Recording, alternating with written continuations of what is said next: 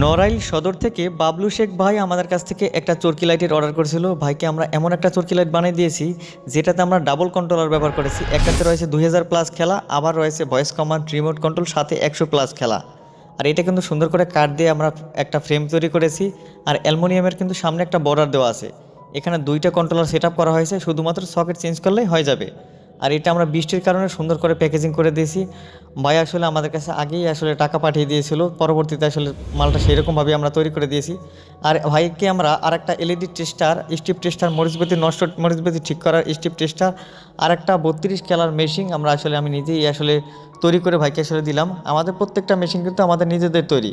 এটাতে রয়েছে 2000 প্লাস খেলা, পাশাপাশি এটা কিন্তু রিপ্লেস ওয়ারেন্টিও আছে।